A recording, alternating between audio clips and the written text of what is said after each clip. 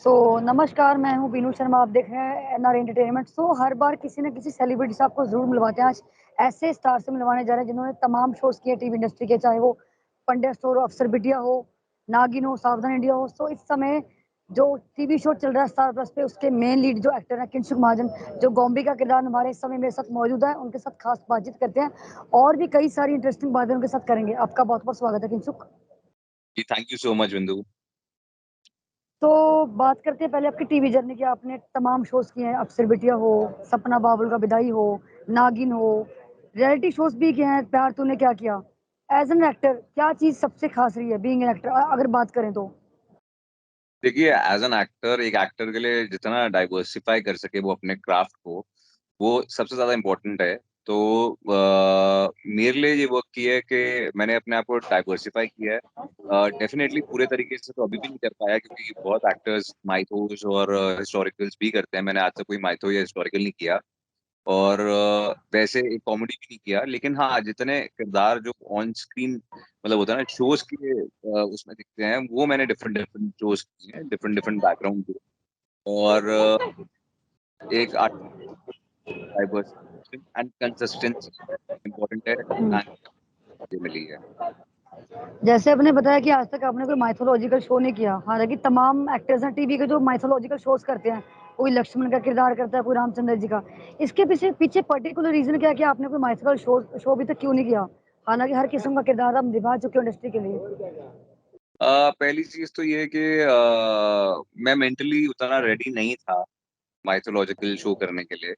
अभी भी उतना मेंटली नहीं हूँ रेडी क्योंकि उसमें बहुत सारी चीज़ें हुँ। होती हैं कि आपको मुकुट पहनना होता है, आपको तलवार रखनी पड़ती है, उसका कॉस्ट्यूम्स बहुत हेवी होते हैं। तो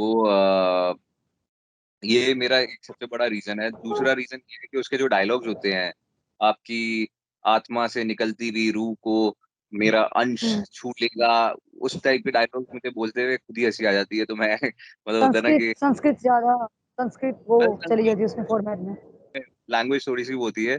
I respect all the artist जो वो उस टाइप का काम करते हैं क्योंकि वो बहुत डिफिकल्ट क्राफ्ट है। वो ईज़ी नहीं है करना। तो विद ड्यू रिस्पेक्ट मतलब होता है ना कि बहुत वो है लेकिन मैं कभी लाइफ़ में करना चाहूँगा। लेट्स सी लाइफ़ कहाँ लेके जाती है। रियलिटी शोज़ एक एक्टर की लाइफ में बहुत मैटर करते हैं, चाहे वो नच बलिए जैसा शो हो, कोई भी रियलिटी शो, डांसिंग शो हो, चाहे वो जैसे प्यार तूने क्या किया आपने, वो अलग फॉर्मेट था, डांसिंग शो डिफरेंट फॉर्मेट है। तो ये चीज़ आपके लिए कितनी मैटर रखती है कि रियलिटी शोज़ भी आपकी टीवी इंडस्ट्री का एक पार्ट हैं? जो जितने भी सेलिब्रिटीज़ हैं वो रियलिटी शोज़ करते हैं, क्या उतना इम्पैक्ट पड़ता है जितना टीवी शोज़ का, डेली सोप का पड़ता है आपके मुताबिक? डे डेफ़िनेटली देखिए मैंने तो ज़्यादा रियलिटी किया नहीं है। ठीक है? जैसे नच बलिए हो गया या झलक हो गया या मैंने इतने ज़्यादा रियलिटी शोज़ किए नहीं है। लेकिन डेफ़िनेटली रियलिटी शोज़ करने के साथ आपकी प्रेज़ेंस ज़रूर फ़ेल्ट होती है। रियलिटी शोज़ एक टेलीविज़न आर्टिस्ट की प्रेज़ेंस जो नॉन फ़िक्शनल ऑडियंस होती है, जो टेलीविज़न नहीं देखती है, जिनको सिर्फ़ रियलिटी शोज़ देखना पसंद है, तो वो आपके लिए बोनस पॉइंट हो जाता है। सो वही है कि मैंने तो रियलिटी इतने नहीं किए, लेकिन रियलिटीज़ भी करने चाहिए। आप किंशुक रियल लाइफ में इमोशनल हो, भावुक किसी चीज़ पे भावुक हुए हो कभी? जैसे कभी शूट कर रहे हो या शूट के बिना जो टाइम होता है आपके पास थोड़ा बहुत, कोई ऐसी चीज़, कोई ऐसी ऐसी याद आपको याद आई हो जिससे आप थोड़े से भावुक हो गए हों? देखिए वो तो ऐसा नहीं है कि शूट करते हुए, लेकिन कई बार हम लोग अपनी इमोशनल मेमोरी यूज़ करते हैं अपने सीन के लिए। तो कभी बहुत ही ऐसा इंटेंस सीन आता है जिसमें बहुत सारे इमोशनल मतलब होता है ना कि आपको इमोशनल बैगेज कैरी करना होता है। तो वो आप अपने ही लाइफ से वो इमोशनल बैगेज ढूँढते हैं और फिर उसको स्क्रीन पे लाते हैं। तो ऐसा हुआ है कि मैं करते-करते खुद भावुक हो चुका हूँ और मतलब होता है ना आपको इमेजिन करना पड़ता है कि जेनुइनली आपके साथ ये चीज़ हुई है। तो हुँ। वो ऑन शूट होता है काफ़ी बार। ओके, अगर अभी आपका रिसेंट जो शो चल रहा है काफ़ी अच्छे टीआरपी पे जा रहा है, पंड्या स्टोर, उसकी बात करते हैं, गॉम्बी का कैरेक्टर है। बहुत इंटरेस्टिंग कैरेक्टर है, हर कैरेक्टर आपको एक एप्रिसिएशन देता है आपके ऑडियंस की, फैन्स की तरफ से। ये चीज़ बहुत मायने रखती है एक सेलिब्रिटी के लिए। आप इसके बारे में क्या कहना चाहोगे? जो गॉम्बी का किरदार आपके लिए बहुत स्पेशल रहा है अब तक जितने भी किरदार निभाए आपने टीवी इंडस्ट्री के लिए, अगर बात की जाए तो? जी, गॉम्बी का कैरेक्टर बिल्कुल मेरे लिए स्पेशल है बिकॉज़ एक तो फर्स्ट चीज़ ये है कि मैं गॉम्बी का कैरेक्टर जो है ना वो राम जी वाला है हम्म। और गौतम नाम गौतम बुद्ध के ऊपर है। मतलब होता है ना तो क्या कहते हैं ये कैरेक्टर मेरे लिए हमेशा मुझे याद रहेगा क्योंकि इस कैरेक्टर को प्ले करते हुए मैंने बहुत चीज़ें सीखी है और इस कैरेक्टर में रह के बहुत सारी चीज़ें सीखी हैं। कैसे परिवार को साथ जोड़ के रखना चाहिए, कैसे मतलब होता है ना लोगों से स्वीटली बात करनी चाहिए। हम्म। वो ख़ैर मैं पहले भी ऐसे ही था, लेकिन मतलब होता है ना कि ये कैरेक्टर अपने आप में कुछ लेसन्स हैं जो कि मुझे देके जाएगा। हम जितने भी किरदार निभाते हैं, आपके जितने भी किरदार आप मतलब टीवी के पर्दे के लिए निभाते हो, कोई ऐसा किरदार जो रियल लाइफ से थोड़ा बहुत रिलेट करता हो अब तक जितने भी कैरेक्टर्स किए हैं, चाहे वो नागिन हो, अफसर बिटिया हो, सपना बाबुल की विदाई हो, आपको लगता हो कि ये कैरेक्टर थोड़ा बहुत मेरी लाइफ से रिलेट करता है? क्योंकि जब हम कोई किरदार निभाते हैं, वो हमारी असल जिंदगी से थोड़ा बहुत जरूर मिलता जुलता होता है, जाहिर सी बात है। देखिए वो क्या है ना कि हर शो का में शो इतना बड़ा होता है 1 साल, कुछ सीन्स आपको रियल लाइफ में वो है, वो मेरे को जैसे मैंने जो-जो शोज़ किए हैं ना, मुझे हर शो में से कुछ ना कुछ अपना ऐसा लगा कि वो रियल लाइफ से लिया गया है या उसमें मतलब होता है ना कि उससे मैंने कुछ सीखा है।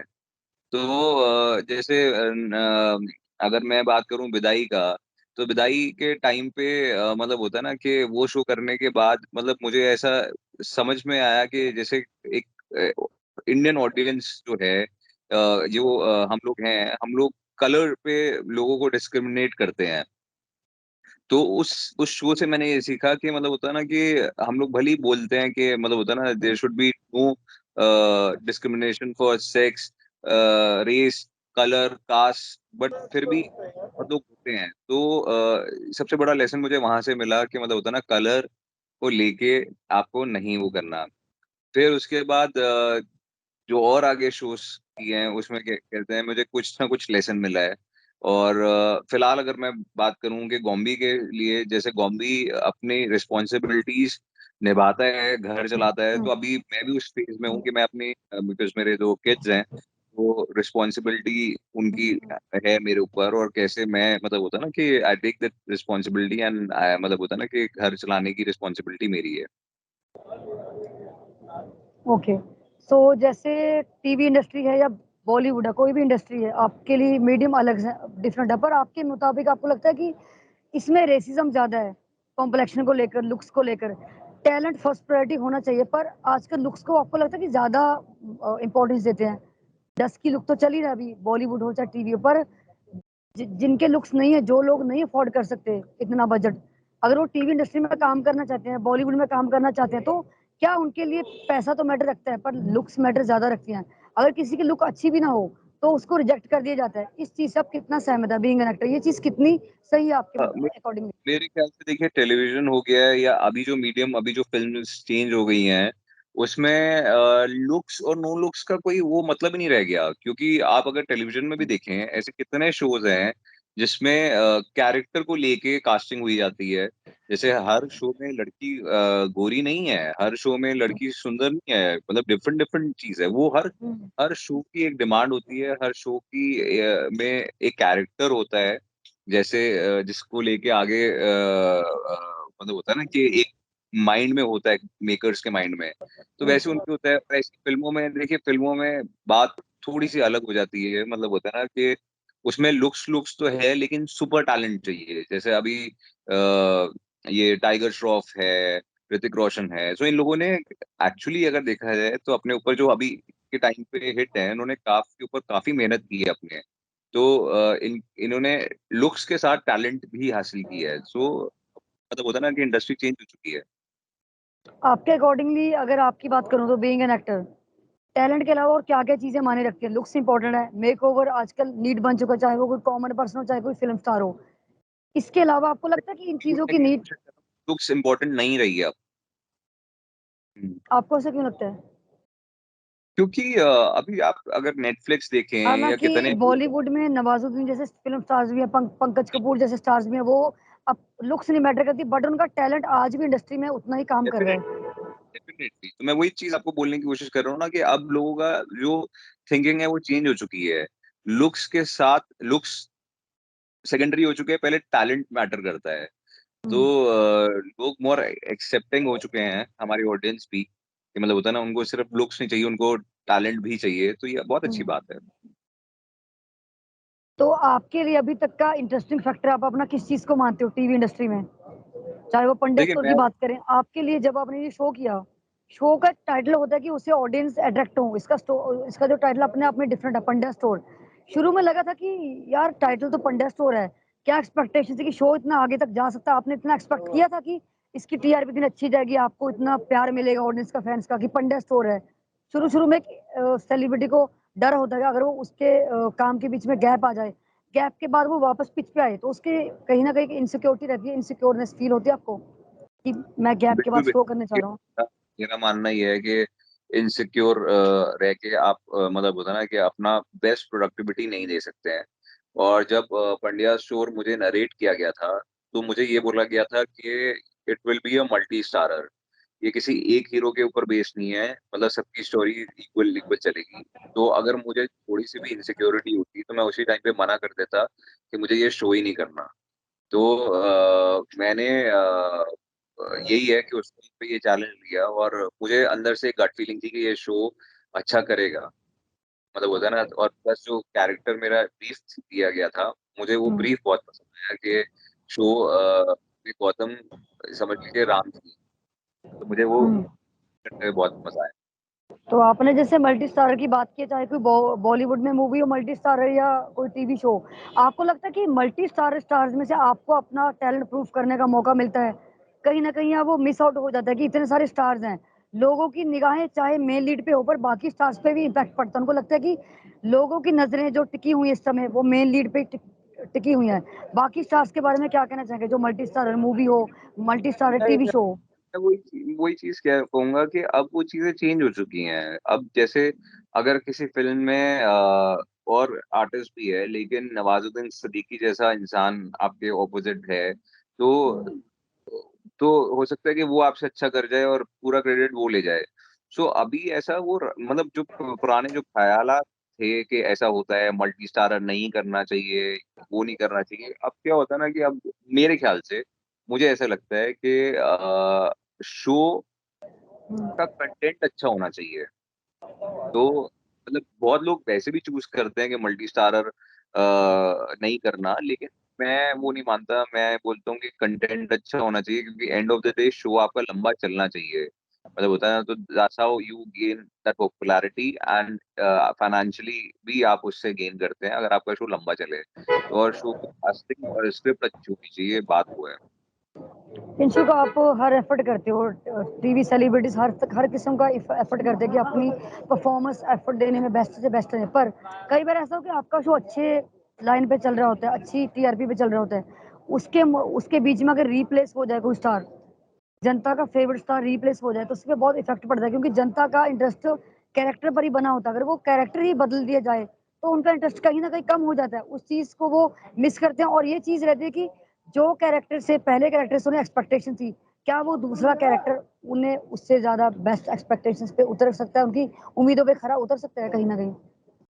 देखिए, उसके पीछे ना मेरे पास कोई जवाब तो नहीं है, कोई आंसर नहीं है मेरे पास, क्योंकि ये बहुत किस्मत बेस्ड चीज़ें हैं कि पहले तो चीज़ है कि कोई आर्टिस्ट छोड़ेगा चलता हुआ शो, ठीक है? चलो रिबूट हुई है, सीज़न हुई है, ठीक है?